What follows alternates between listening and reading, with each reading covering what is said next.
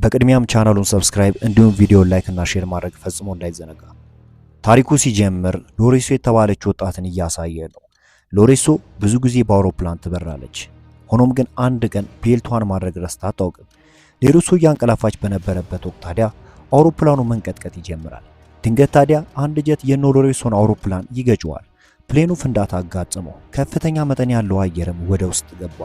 በርካታ በአውሮፕላን ያሉት አስተናጋጆችንም ወሰዳቸው። ሎሬሶም አየሩ እንዳይወስዳት ያላደረገችው ነገር የለም። ፍቅረኛዋ ሊያድናት ሞከረ። ሆኖም ግን ሊያደርገው አልቻለም። ወንበሩን ይዛ ለትንሽ ጊዜ ብትቆይም የነፋሱ ኃይል ግን አውሮፕላኑን ለሁለት ይከፍለዋል። በተከፈለው ክፍልም ቶሎ ቀበቷን አሰረች። ፕሌኑ መሬት ለማረፍ ትንሽ ጊዜ ነበር የቀረው። ትንሽ ጥሩ የሚባለው ነገር ፍጥነቱን በትንሹም ቢሆን ቀንሶ ነበር። ከጥቂት ጊዜ በኋላ ታዲያ በቀጥታ ከመሬት ያርፋል። ማንም ባልጠበቀው ሁኔታ ሎሬሶ ከአደጋ መትረፍ ትችላለች። አይኗን ስትከፍት ግን ራሷን ከጫካ ውስጥ ነበር ያገኘችው። ትንሽ ጉዳት ግን እግሯ ላይ ደርሶባት ነበር። እንደ ዕድል ሆኖ ግን ከፍተኛ የሚባል ጉዳት አላደረሰባትም። በእግሯ ላይ የሆነ ቁስ ተሰክቶባታል። ለማውጣት ብትሞክርም ህመም ስለነበረው ለማውጣት ግን አልጨከነችም። እያንዳንዱ እንቅስቃሴ ህመም እንዲሰማት ያደርጋል። ይህ መሆን ስለሌለበትም ያላትን አቅም አሰባስባ ልትወጣ ወሰነች። ያ ባዕድ ነገር ቀስ እያለ መውጣት ጀመረ። በጣም ህመም እየተሰማትም ቢሆን ከእግሯ እንደምንም ብላ ወጣችው። በትንሹም ቢሆን እረፍት ተሰምቷት ነበረ። ልብሷን በመቅደድም ቁስሏን ሸፈነችው። በመቀጠልም የባለቤቱ ስም በጩኸት ትጣራ ነበር። አንድ ሰው በተከሰከሰው አውሮፕላን ውስጥ ትመለከት ነበር።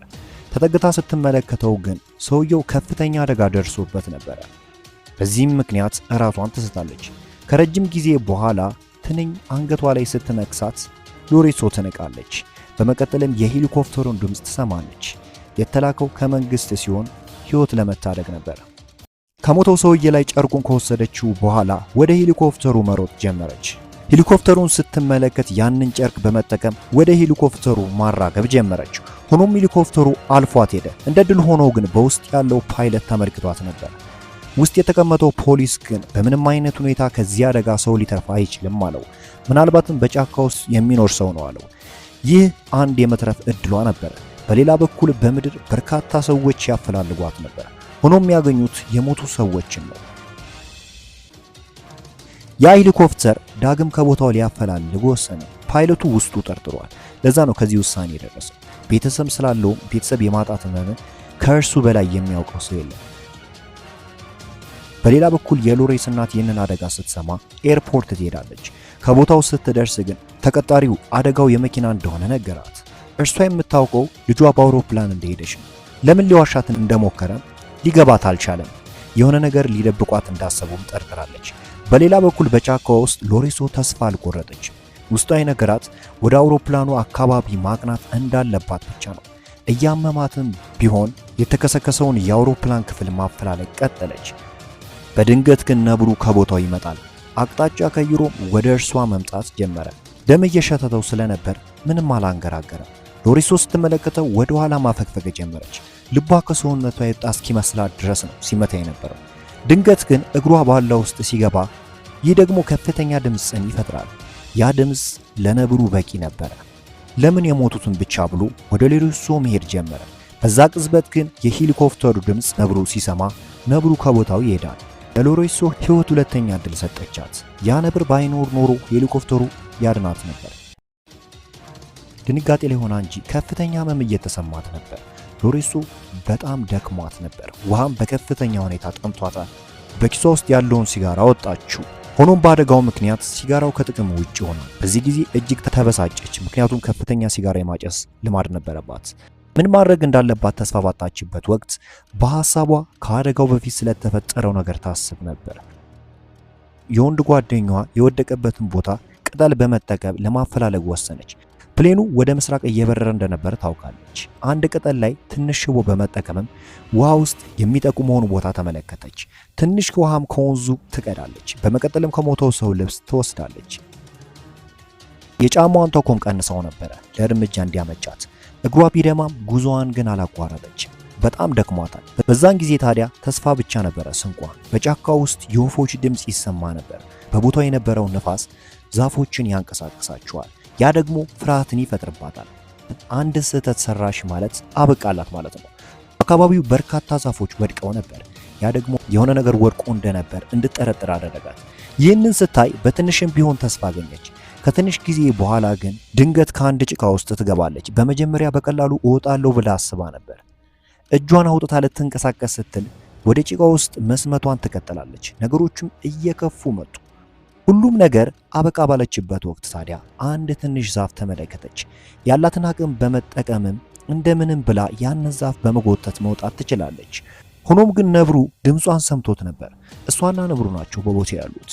አማራጭ ስለሌላትም መሯሯጧን ጀመረች። ከኋላም ነብሩ ይከተላታል። ሎሬሶ የምትሆነው ነገር ነው ያጣችው። ነብሩ ሊበላት በጣም እየቀረበ በነበረበት ወቅት ወደ አንድ ትልቅ ጉድጓድ ውስጥ ገባች። ቦታው በጣም ስምጥ ነበር። በቦታውም ራሷን ትስታለች። ከረጅም ጊዜ በኋላ አይኗ በቀስታ ተከፈተ። ሙሉ ሰውነቷን ህመም ይሰማት ነበር። በቦታው ዞር ዞር እያለች ትመለከታለች። በጣም ርቀት ያለው ጉድጓድ ውስጥ ነው ገብታ የነበረው። ፈጣሪ ረድቷትም ያ ነብር ቦታዋን ለመመልከት አልቻለም ነበር። አሁንም ግን የሆነ እንቅስቃሴ ትሰማለች። የነብሩን ጥራ ተመለከተችው። በጣም ደንግጣ ከአንድ አለት ውስጥ ተደበቀች። እንደ ድል ሆኖ ግን ነብሩ አሁን የተደበቀችበትን ቦታ ለመመልከት አልቻለም።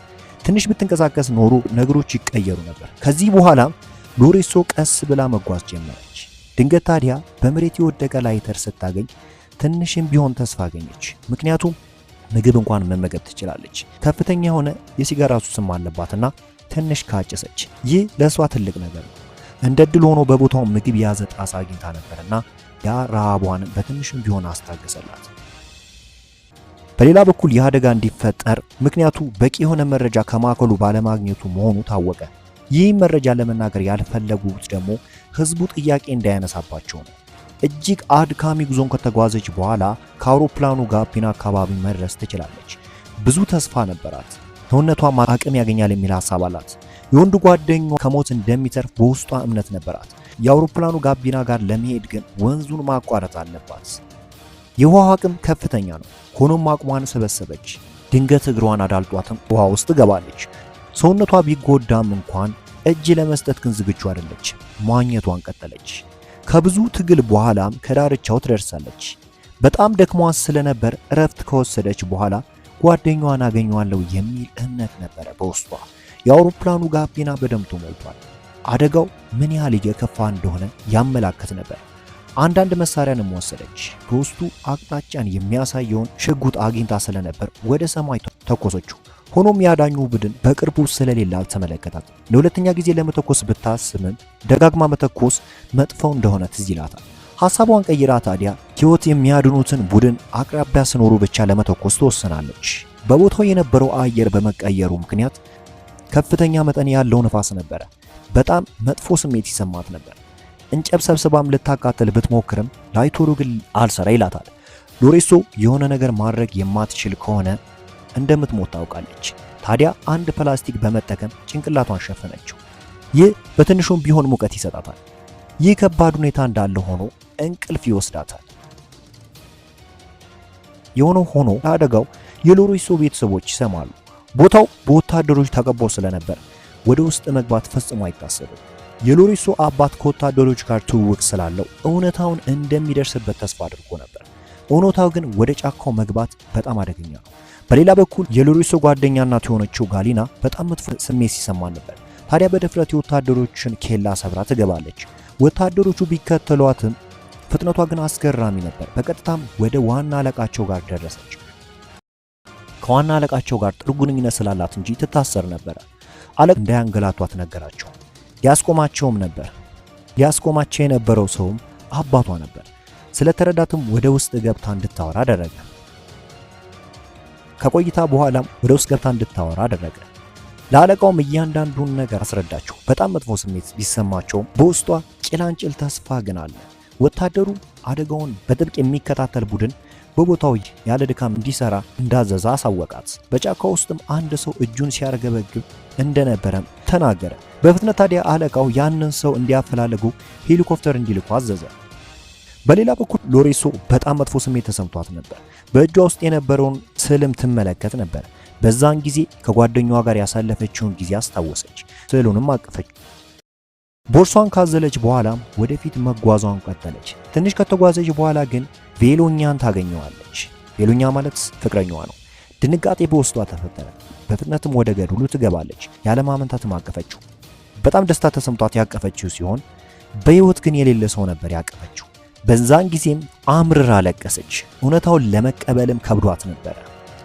ወደ ሰማይ ተመልክታ በገነት ቢሆን እንኳን እንድትሄድ እንደሚመኝ ተረድታ ካስቸጋሪው ቦታ መሄድ ጀመረች።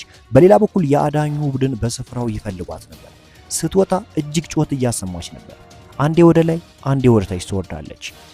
ሆኖም ግን እጅ አልሰጠችም። ይህንን የምታደርገው ደግሞ ለራሷ ብቻ ሳይሆን በጎኗ ላሉት ሰዎችም ጭምር ነው።